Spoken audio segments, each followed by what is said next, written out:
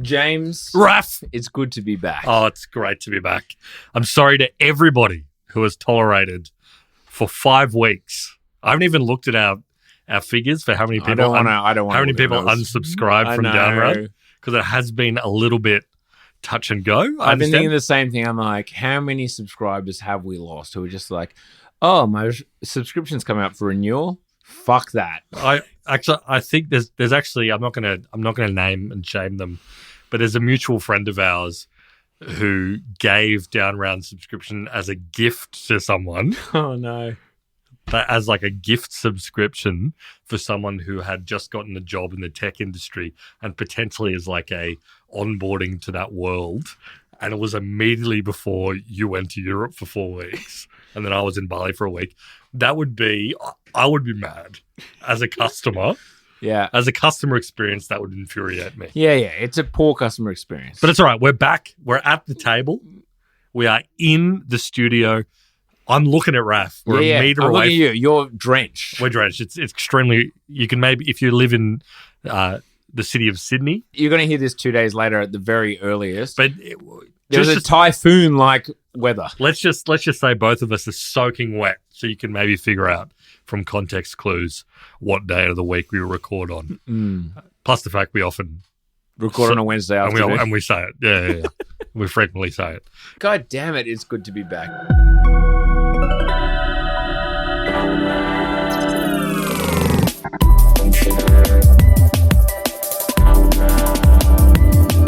So we're going to talk about a few things. Obviously, Apple's latest, the new iPhones, we've got to touch on it. There's not that much to talk about, but we will talk about it regardless.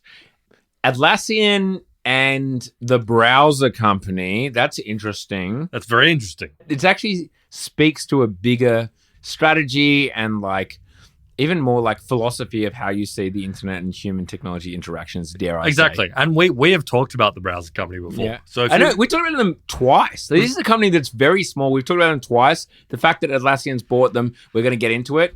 But first, I want to say,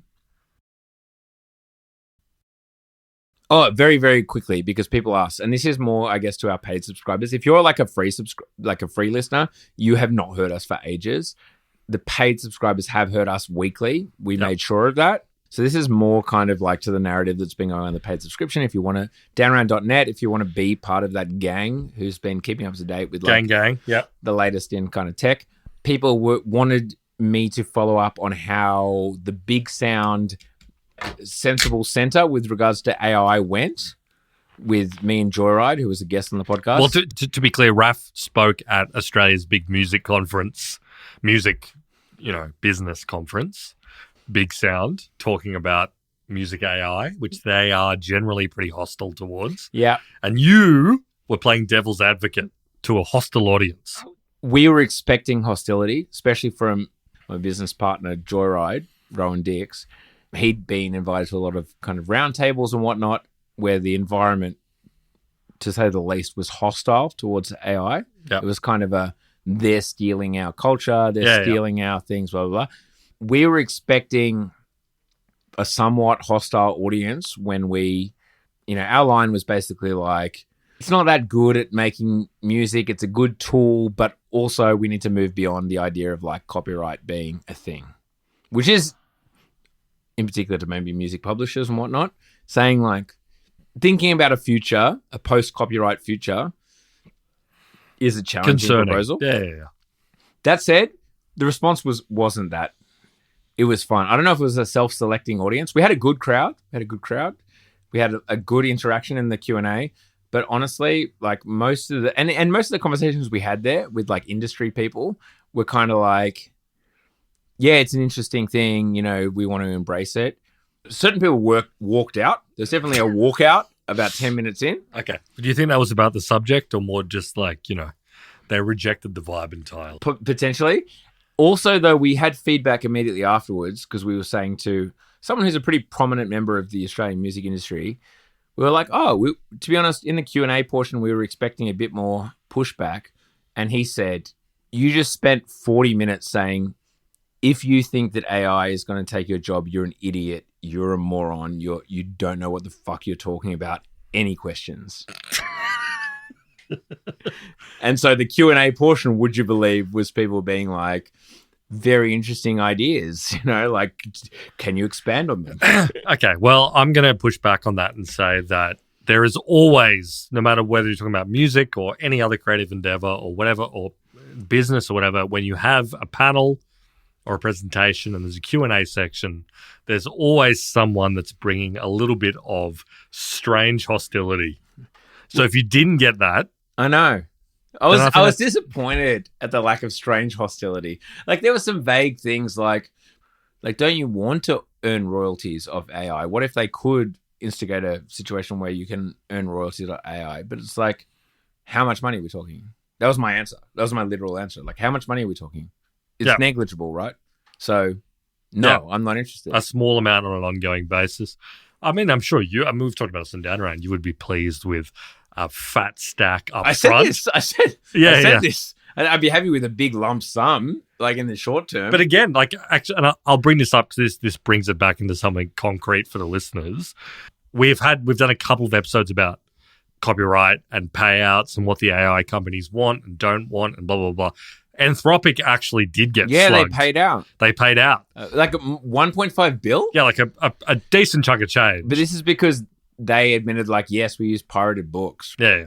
We've talked about this before because it does seem like Meta, allegedly, I don't know, probably did the same thing. This is LibGen. AI companies downloading LibGen, which is a big database. Archive of ebooks, pirated a lot books. of which are pirated, and training their models on these ebooks. Anthropic has basically said, hands up, and we'll pay out the authors. It's about $3,000 each. $3,000 each. Again, which that adds up to 1.5 bill. Yeah, and again, this is what I'm in favor of. This is what we can get. If I'm talking about the music producers of the world, if we can grab a hot 3K American, 5K one-off payoff, that's enough to buy me off. That's enough to pay me off. Like, you would take a one-time $3,000 payment or $5,000 Australian. $5,000 Australian. And I think it holds what we talked about. That's more than I thought I would get. Well, it holds what we talked about the other week, where it's kind of like all these AI companies would like to get out of this one-time scenario, this vibe of like $1.5 billion is a fucking huge payout. Yeah. Right? As a lump sum. For an individual company to pay out. For a startup to pay out 1.5 is a huge amount. But also, the fact that they're just like, it would be a chunk, but it's also the amount of money these AI companies are raising. 186 bill is their latest valuation. Yeah, and I think it would be higher now. And the amount of money that they're raising, like the amount of money these AI companies are bringing up, a normal startup having to pay $1.5 billion is unbelievably destructive. But the fact that this is passed as kind of like a I think they cost of doing business. Yeah, well, that's it. I think they're like, we pay 1.5, but we have the data now. We've got the data's done. And so you're pulling up the ladder behind you. If there's no ongoing obligations, I mean, this has got to play out.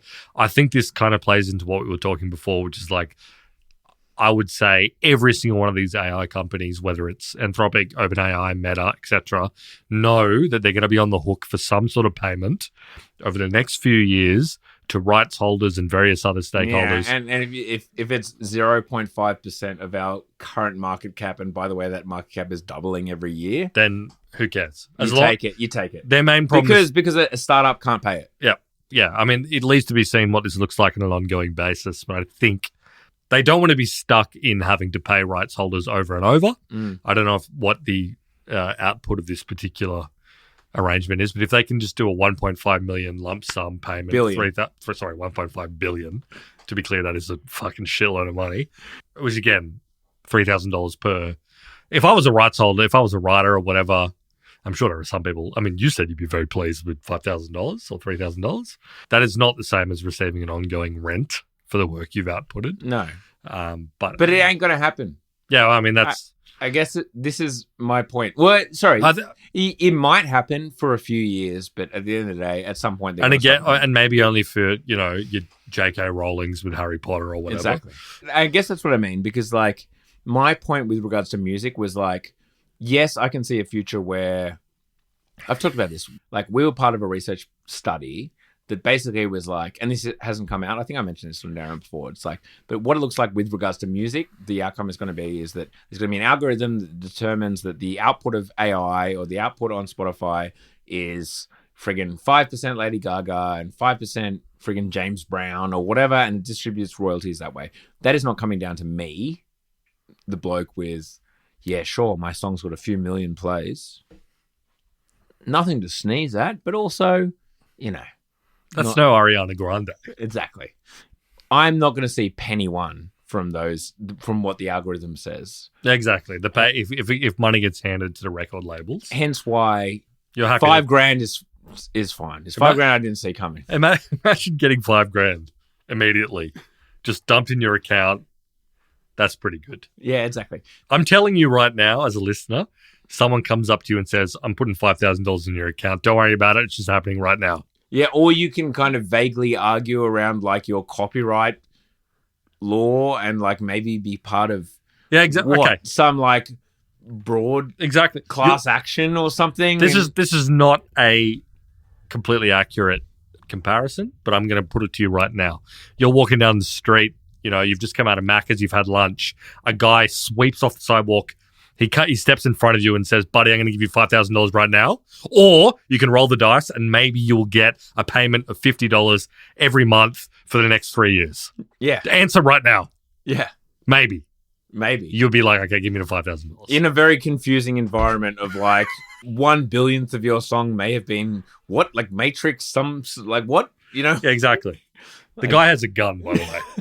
To be clear, the guy has a gun. The guy has a gun and he's worth $200 billion. You can see he's got a big gold chain and whatever. Anyway, hopefully you're following us. I will just close the loop on the fact that, yes, Anthropic paying $1.5 billion to me is cost of doing business. If we have to pay $1.5 billion to have access to every single book. Yeah, I feel like this is the calculation they've made. As we talked about the other week, if they feel like they can get away with just paying that, then that is cheap as chips for them, considering what they've raised, what they're worth. And what people are happy to throw. Every dickhead in his dog, every VC, every sovereign wealth fund wants to invest in Anthropic. They're going to be dealing with all different... They're not out of the woods yet. They're dealing with all sorts of jurisdictions, blah, blah, blah. This is in America. Who knows what's going to happen if they get taken to court in other jurisdictions. But I also think they probably have priced it in and they're figuring it out. And this is cost of doing business. What that payment didn't cover... And what we're seeing as fair use is Anthropic literally developed a system where like they got physical books, ripped off the covers, flicked through every single page, scanned them, ingested them, used it for training, and then threw it out. That was seen as fair use. Yep. So like they're doing things.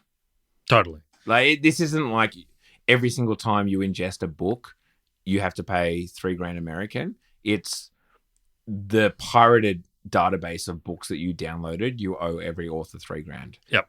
So if you go to a secondhand bookstore and buy up all of their books and like put it through your robot, that's fine. Yep. You don't have to pay the authors shit. And if you buy the ebooks, by the way, if you buy the ebooks or you buy a cachet of ebooks, that's fine. It's just the pirated ones. It's the fact that you got them illegitimately. But again, it seems like a lot of AI companies have done that. So maybe we should expect to see a few more of these court actions and payouts and what have you. But it's a short-term thing, I guess is my point. This isn't the future of like content production you get $3,000. No, this is the point I was making is that like, this is what we said a few weeks ago when we talked about the copyright stuff. It seems like, again, these AI companies just want to get through this initial wave of claims and lawsuits and all that sort of stuff while the one-off payment is a huge win. Yeah. Even if it's something, as I said, $1.5 billion. If that was handed out in any sort of court action over anything, you would be like, holy fuck, that's an enormous amount of money. But the fact that in this case, it's kind of like, cost of doing business. There is every sovereign wealth fund in the world and every Visa company is holding out $1.5 billion checks to you at the same time as you're charged $1.5 billion. Yeah, well, exactly. Yeah. You take it. Totally. All right. So that's our copyright update. But we will move on now to Apple Inc. Apple. Apple.com. Apple.com. Apple. One of the biggest companies on earth. Yeah. What are they? The second biggest? Third biggest right now? Quick. On the fly update. Quick market cap update before we get into products. Is Microsoft ahead of them? Microsoft is ahead of Apple currently. Okay. Apple has had a bad year, to be fair. Yeah, they've been so it's NVIDIA, Microsoft, Apple at the moment. Obviously, Alphabet/Google at number 4. Yeah. Okay. So anyway, Apple has announced their new lineup of products. And just to give a bit of the sense of the stakes here, I've talked about this over and over. Everyone is talking about AI right now. Apple are not outperforming, at least in terms of hype and investor interest in the world of AI. We know that, we've talked about this in Down Round for years. The idea that everyone is trying to figure out what the successor product to the iPhone is, whether it's VR or, I don't know, little glasses, AI. Or a chip in your brain. A chip in your brain, a little AI pocket module or whatever it may be. But at the end of the day, the iPhone is still Apple's revenue engine. It accounts for half of their revenue globally. Yes, and it's a very, very tired product. The iPhone hasn't really had any major physical updates in probably 4 or 5 years. There's been a little bit of tweaking. Cameras get better. Processors get better. Batteries improve marginally. Which is, by the way, not a bad thing. No, I mean, an annual cycle, having your hardware update is pretty impressive, to be honest. And let's be honest, the whole concept of a rectangular content square, well, it's a rectangle, it's not a square, a content rectangle with a big, juicy camera slapped on the back. Yeah. Doesn't matter what smartphone company you're talking about, everyone has converged on that's it. Yeah. It's about 6.5 to 7 inches large. Yeah. It's got a really good multi-camera system on the back. Yeah. It's got USB-C. Yep. That's it. There's not much else we can do there, folks. You can take a photo of something up close. You can take a photo from far away. Exactly. And Apple has said, actually, wait, there's one more thing we can do with it. We can make it orange. We can either make it thinner or we can make it orange, but not both. And it's going to cost about the same. Yeah, actually more. It's going to cost more. So you got the thin option, which is more expensive than it was, and it's a little bit shitter, but it's still really good. And it's skinny as hell. Or we can have the fatter option, and that's a bit better. Yeah. And it's orange. Exactly, yeah. That's basically what's happened. So this is the iPhone 17, and the lineup is exactly that. They've added one, the iPad Air. The iPhone Air. The iPhone Air. So we got an iPhone 17, which is like a bit better than the iPhone 16. We got the iPhone 17 Pro, which is better than the 16 Pro, but also orange. Yeah, you can get orange now. And we should mention the camera in a second. But in the middle, we have the iPhone 17 Air, which is new to the lineup, which is the skinny version. Which is really skinny. And it's still pretty good. Yeah, it's slightly worse. It's only got one camera on it. But I think the thing that everyone is kind of talking about in the general vibe is, so there's a couple of things that like Apple have put into it. Number one is there's no SIM card in this one. It's an eSIM only. There's no slot. On all of them? No, just the Air. That's why it's skinny. Thank God. Yeah. No. Just personal reasons? Yeah.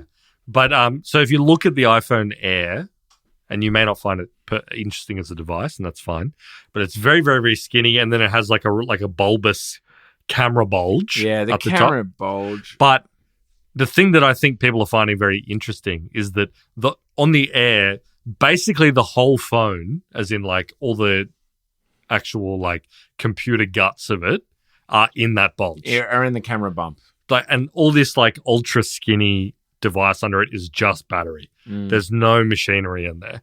And I think if you look at that, to me, it's very clear that Apple are just like experimenting with a new form factor for how much they can cram machinery into a small space. Yeah. And I think that's like very clear they're doing like glasses or something like it. Yeah. Because, they've made something that's it's not as powerful as the Pro model or whatever. Yeah, but it's pretty good. And it's all crammed into essentially like 5 centimeters squares of swollen bulge. Yeah. Which is interesting. The thing that kind of took my eye was, so people who've been buying the iPhone Pro, which I think you're one of. Yeah. I'm certainly one of. Like, because, we're tech folk. Yeah. We'll buy the Pro because we want the one with the spec'd up. But to be honest, like, I did actually want it because largely because the camera was always the best. Yep. Yes, it was the fastest. Well, also the refresh rate, like the 120K refresh rate was actually important because once you go, and it's talking about the screen Hurts. refresh. If you're not Yeah. across this, like it's like how quickly the screen refreshes. I don't know how else to say this. When you like scroll, for example, when you're scrolling on a web page, once you move up to 120, you can't go down. Because like once you go back down to 60, it looks like it's lagging. Like it looks like you can see the frames between it. Yep. So I always had to get the Pro for that reason. Plus, I just wanted the best camera, right? It's like you want the best camera on your phone. But like also once everything went to 120 and now we're just talking about like the camera being a bit better every time, I don't have that much reason to upgrade. We've talked about this ad nauseum. Like peak phone.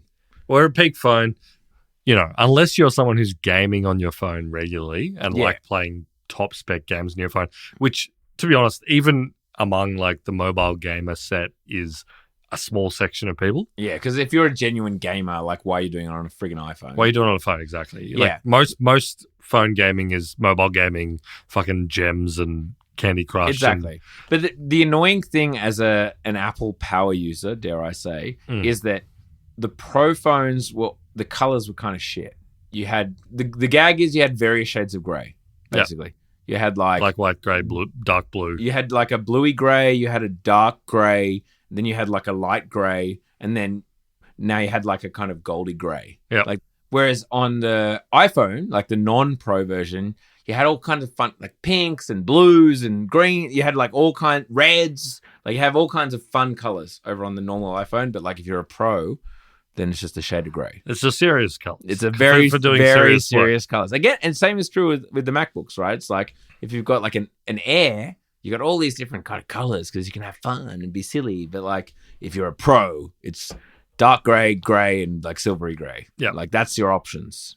You're a Pro. Just lock in. All right, you're doing, log in. You got a grey. Don't get distracted by colors. You're editing video. You're doing spreadsheets. Just don't. Yeah, exactly. You're coding, man. You're coding. Just don't. Yeah. You got 1 of 3 greys. Leave that to the chicks who work in marketing. Exactly. While you lock in. Exactly. Yeah. But now, in the Pro lineup, we got an orange. Yeah. That is not a shade of grey. No matter how you spin it, orange will never be a shade of grey.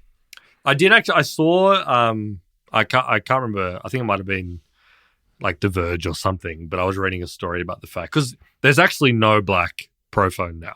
There is dark blue, there is white, and there is bright orange. Well, I think it's midnight blue, they call it. Yeah. But it's a very dark blue. There's like the silver one, and then there's the bright orange. Bright orange. Which is weird for a top spec phone. Yeah, I know they've been leaning that way with the Watch Ultra, had the orange wristband. Yeah. But basically, I think it was The Verge something, they were like, which is really interesting because like orange is really in on like runway, like high fashion. Yeah. And a whole bunch of brands are like very, very in on bright orange. Yeah, orange is a hot color. Which is, obviously Apple's design team are very plugged into that stuff. My personal opinion is that this is all about the Chinese market, where, again, like allegedly, but it's true, conspicuous consumption is more of a thing in China, where it's like showing you have the latest phone. Like basically changing colors of the iPhone leads to like much greater sales. This is obviously true everywhere else as well. It's not just China, but like you see a market uptick in phone purchases if the phone is outwardly the latest model. Yeah, and that was also the reason people talked about when they were releasing gold iPhones and things like that. Yeah. And those sort of shades. And again, it's rose gold and shit like that. Yeah, which I have the rose gold. But obviously true in other markets, but in particular in the Chinese market, which is a market that Apple has been losing to Huawei. Yeah, they're getting smacked around in China. And it's a huge part of their business is selling in China. You can totally see it. Because, like conspicuous consumption, nouveau riche, there's a lot of people. All of a sudden we got orange, not just a shade, not just like a kind of a bluey grey. No, but a bright orange. I think it also does feed back. I kind of want it. Yeah, I get it. This is also, to add on to it, Bloomberg reported that apparently next year's iPhone refresh is going to be a major design overhaul. Yeah, except it was supposed to be fucking this year. Yeah. And now it's next year. This Yeah. feels real open out. Like AGI is just around the corner. Yeah. But apparently, and this is what Mark Gurman at Bloomberg's reported, is that next year is like a major iPhone overhaul. And this year, they're just sort of tiding over. Obviously, they're chasing the fact that all their investors want them to do stuff with AI. It's also kind of like old school, where it's like the only thing we have left is to make it skinnier. Yeah. But don't get me wrong. Again, I'm torn. No, I get it. And yeah. And I also, like, to be fair, I feel like this is the sort of thing that if you showed it to Steve Jobs, he'd be like, sick. Yeah. Sick. You've made it really, unbelievably skinny. Yeah. Love that. I do think they are throwing everything at the wall right now just to have people to upgrade. Because, again, when you have this, the impetus to upgrade for the average person, if you're not doing it for immediate, obvious prestige version of like everyone can see I have the latest thing. The orange is that. Right? That's a desperate move. Sorry, the reason I went on that entire rant about conspicuous consumption, which was them all of a sudden going to orange out of nowhere, that's desperation. For a top spec iPhone. I think they're very cognizant of the fact it's been a long time since you've been able to look at the phone that's in someone's hand that they're using on the train or whatever and be like, that person has the latest iPhone. That's a 14, that's a 15, that's a 16, that's a 12, whatever. Is that like, Yeah. Who knows? It used to be very, I mean, I'm talking years ago. 15 years ago at this point, you'd be like iPhone 4. Yeah. iPhone 5. And then when the iPhone 10 came out, with X, 10, whatever. It wasn't a real 10. We skipped the 9. We skipped the 9. Yeah. It was clear that someone had the latest device. It hasn't been very clear for a very long time.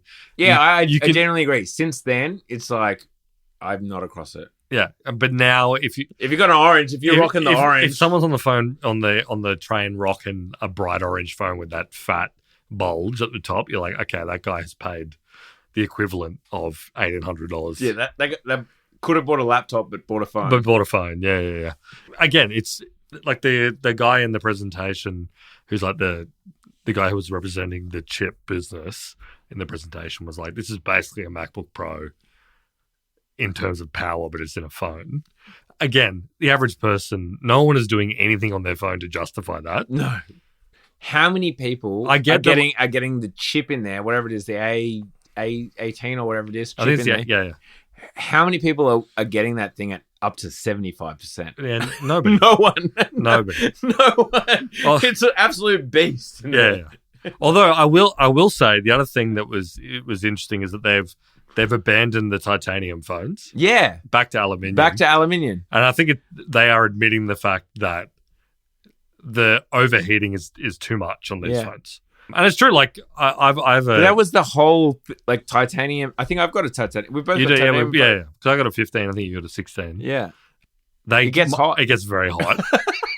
And I actually think that it was like it's just like it came down to this fact of like it's a prestige feeling material. Yeah. It feels good. It wasn't right, but like although we both have we both have to make a mea culpa. Oh, that's right. We both smashed our phone. Because we've been probably Australia, if not the world's #1 advocate for like no screen protector, no case, no worries. Yeah. And both of us in the last like month smashed our phones. Yeah. I Both you smashed it on an ancient cobblestone street in That's Christchurch. right. Like, so I smashed mine in the north of England on a basically half destroyed abbey. So it was like literally 900-year-old. Like 900 years ago, someone laid the brick that I dropped my phone on and smashed. Do you think that he or she, but let's be honest, probably he. Do you think he was like, as I lay this brick one day in the distant future, someone who owns a devil machine will smash the back plate of their devil machine on my stone? No, mine was a little bit more contemporary. I dropped it down about 7 stairs at Sydenham Station here in Sydney. If anyone knows Sydenham Station, I was climbing the stairs and I pulled my phone in my pocket. It slipped out of my grip and I knew it dropped down dramatically and I was like, that is smashed. And it did, although I will say it was only on the back, not the front. And like the sheer and I think it might have been this, I don't know, I got mine fixed. I don't know if you have. But like, No, I got a case on mine for the first time ever. all right. So that my micro shards of glass I got into my You know, fingers. I would say like there's an insane density of like crack Yeah. where like you can see around the crack that there is like the material is so packed in and it doesn't crack like No, any my screen- shadow is still probably I only can a see. centimeter and a half in like its width, but like within that centimeter and a half, it is like there is a significant shadow. It's like it's like the density of a fucking 1,000 suns. Yeah. So like power to Gorilla Glass and the ceramic merging of glass or whatever the hell they're doing. Yeah. No, I mean, yeah, it was like as I said, it took 900-year-old brick to shatter the back of my iPhone. Sorry to everyone. I know we had feedback when we first. We've had a lot of people be like, "I ditched the case since you guys said like it's sweet," and the majority of them are like, "It's a lovely way to live." Like no case. We have had a few people say that they smashed it. They smashed their phone. So that. Well, that's on you. We take no liability Absolutely no liability for telling you to live the nude lifestyle. Like the fact that like it took me 10 years and like 900-year-old brick for it to smash. I'm gonna get it fixed. I'm gonna get rid of this fucking thing and get one of the new ones. I think that the orange one is just screaming It's out. cool. You want that fucking status. You're status hunting. You want people to see your bright orange phone. I sort of see the appeal.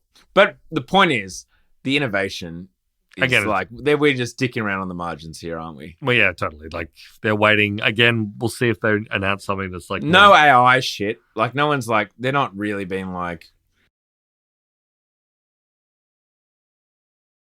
whoa, your personal assistant in your pocket, it's orange. They're now. still circling the wagons on that one. We might be a while before we see that. Although they have announced they did release like the new AirPods, which have, and this is the thing that is vaguely AI-ish, but also it's not insanely dramatic, is like the live translation.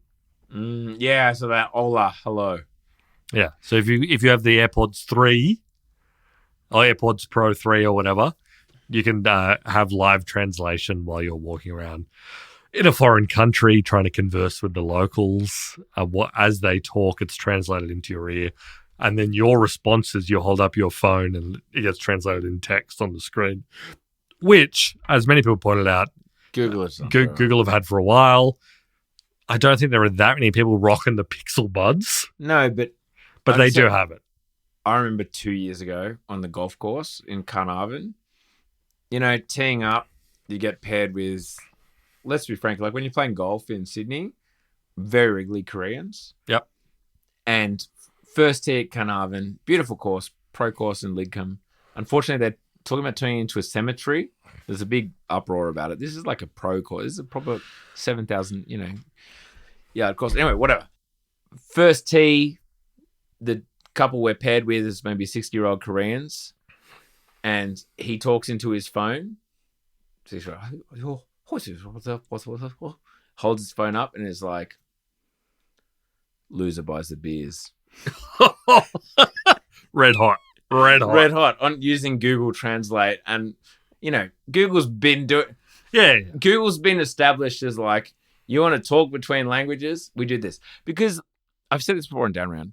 This fantasy of the Babelfish, Hitchhiker's Guide to the Galaxy, we can like kind of put earbuds in our ear and just like talk like normal people one to one. Couple languages. Languages are structured differently. Languages are structured completely differly. You need to wait for a sentence to finish in order to like translate it. Exactly. Yeah. We're never going to get this kind of one-to-one, like what you and me are doing, mate. We're never going to get this actual, we can converse like two people speaking the same language. It ain't going to happen. No, totally. It was funny. I saw a bunch of people arguing about this online where they were like, yes, Google has it, but, Apple have made it lovely and intuitive, and like the network effects, people are actually going to use this tool.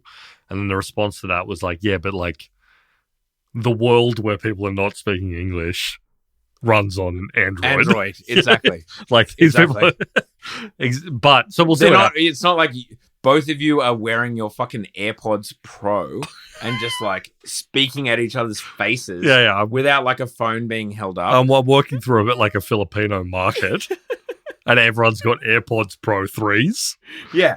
And again, but even in my situation, which dare I say is probably a situation where like people, got a bit of cash, No one is wearing AirPods 3 on the fucking golf course. No. You know, like, it's a dystopian future. It's a future that I see coming, and I think they did intentionally, where it's like the original AirPods, you can still hear the outside world. The current AirPods, have different modes, but one of them is that you can hear the outside world. It's not like always noise cancelling. I think there is like a future that's envisioned where everyone is wearing headphones all the time. Like, I think that is the envisioned future, but that is a long way away. Yeah. When a 60-year-old is like, oh, I never take my fucking headphones off. Yeah. That's probably, how old am I? I'm 37 years old. It's a good 23 years away. Yeah, there's a social technology gap there. I totally agree. Yeah. Anyway, but that was the big one. They announced that. And it seems like the new AirPods don't have. I saw some reviews that were like, they put all this stuff in there that said that has like a new, like speaker layout and audio engine and whatever. But they were like, it sounds exactly the same as the AirPods 2. Yeah. But that's what they. Also, it's got does the heart rate now, like 3 a year. It does heart rate. I've got to watch those. So well, exactly, yeah. And it claims that it's like better than doing it on your wrist or whatever. The Watch Series 11 has added blood pressure monitoring. So we'll give you alerts if your blood pressure drops precipitously or whatever. There is a whole big story about like blood oxygen. They've been sued, and there's been kind of an ongoing litigation with like blood oxygen. We haven't covered it here on Down Round. I think we did actually. I think we talked about it back in the day, but they've worked their way around it by like doing their own bullshit. Well, they figured out, but I feel like so at least the blood pressure monitoring is back on the. It actually never left for Australians. For Australians, it's no difference. Yeah. Not blood pressure. Sorry, like blood oxygen. Blood oxygen, but blood oxygen monitoring on the watch got taken out in the US. But now it's back. They figured out some licensing deal or whatever. But yeah, so there's that. All in all, we've just been talking for fucking 40 minutes. The reality is, even though like they've released, it should be big deal. Apple, the third biggest company currently in the world, has a whole new phone to their lineup, the iPhone Air. But the reality is, we are not moving the needle at all here. No. I'm interested to see how many people will actually pick it up. If you start seeing iPhone Airs around, it'll be the first time in a long time that I can think of where I could see someone out in the world with an iPhone that I'm like, or the orange ones, the orange, or even the orange ones where I'm like, oh, that's visibly new. Yeah, that's actually like a new device that you have. It's been at least 4 or 5 years since that's been the case. Yeah, but the thing is, like Androids come in all different colors. Androids have the same camera bump that the new iPhones have, which is like it goes horizontally across the top of the phone. It just isn't going to look crazy new. Yep. No, I agree. So we just gotta wait and see, because they've promised us over and over that they're cooking up this new Siri assistant stuff. There's reporting that the next year of iPhones is gonna. But yeah, so what is it, Down Round, hot or not? Is it a buy? Is it a buy? Is it a buy or not buy? I don't know, folks. I would check with your carrier and how far you are through your contract. If you're 2 years through and your contract is up, maybe it's time maybe it's time for a bright orange phone. Wouldn't you like to feel like the nouveau riche in a city like Shanghai? The thing with an orange phone is, obviously, I brought that up to be a joke, but like obvious, that thing is going to look old as hell in 13 months. Oh, yeah. You are tying yourself to a fashion trend in a way that is unbelievable. A black and a silver phone is not going to go out of fashion. No. But a bright orange orange one very well could. Matt, let me take you back to when you were 11 years old and you bought the bright orange mongoose. Yeah, exactly. You don't want to be stuck like that. If you're still I know that, like, because remember for ages Apple had like the Project Red ones? Yeah. But they still do it. It's like the charity one. It's the one that donates like the comes out like AIDS charity. 6 months, 9 months later. Yeah, and it's like an AIDS charity thing. I think there's phones that still do it. Let us know if you're still rocking a red Apple device. No, I'm not hating on the reds. It's like, so it'll be the iPhone 16 red if they drop that. Yeah. Shout outs. But if you're on like the 14 red, hit us up. Be like, boys, still rocking the 14 red. Still rocking the Project Red iPhone 14. Yeah. But anyway, if you love that conversation about Apple devices, but actually want some like deeper tech, we are going to talk about Atlassian purchasing the browser companies, not their Arc, but their Dia browser. So we're talking about AI browsers, the future of interaction with technology, the future of interaction with SaaS. You know, what is the window to human beings' interaction with technology? Then you should probably either sign up to our premium and have a listen to us talk about like the future of that human robotic interaction, or if you're premium already, don't worry about it, just chill out, Just check out. It'll be on your feed it'll be on your momentarily. feed right now. Yeah. So just listen to it. Okay, cool. Downround.net though if you are not. Thank you so much.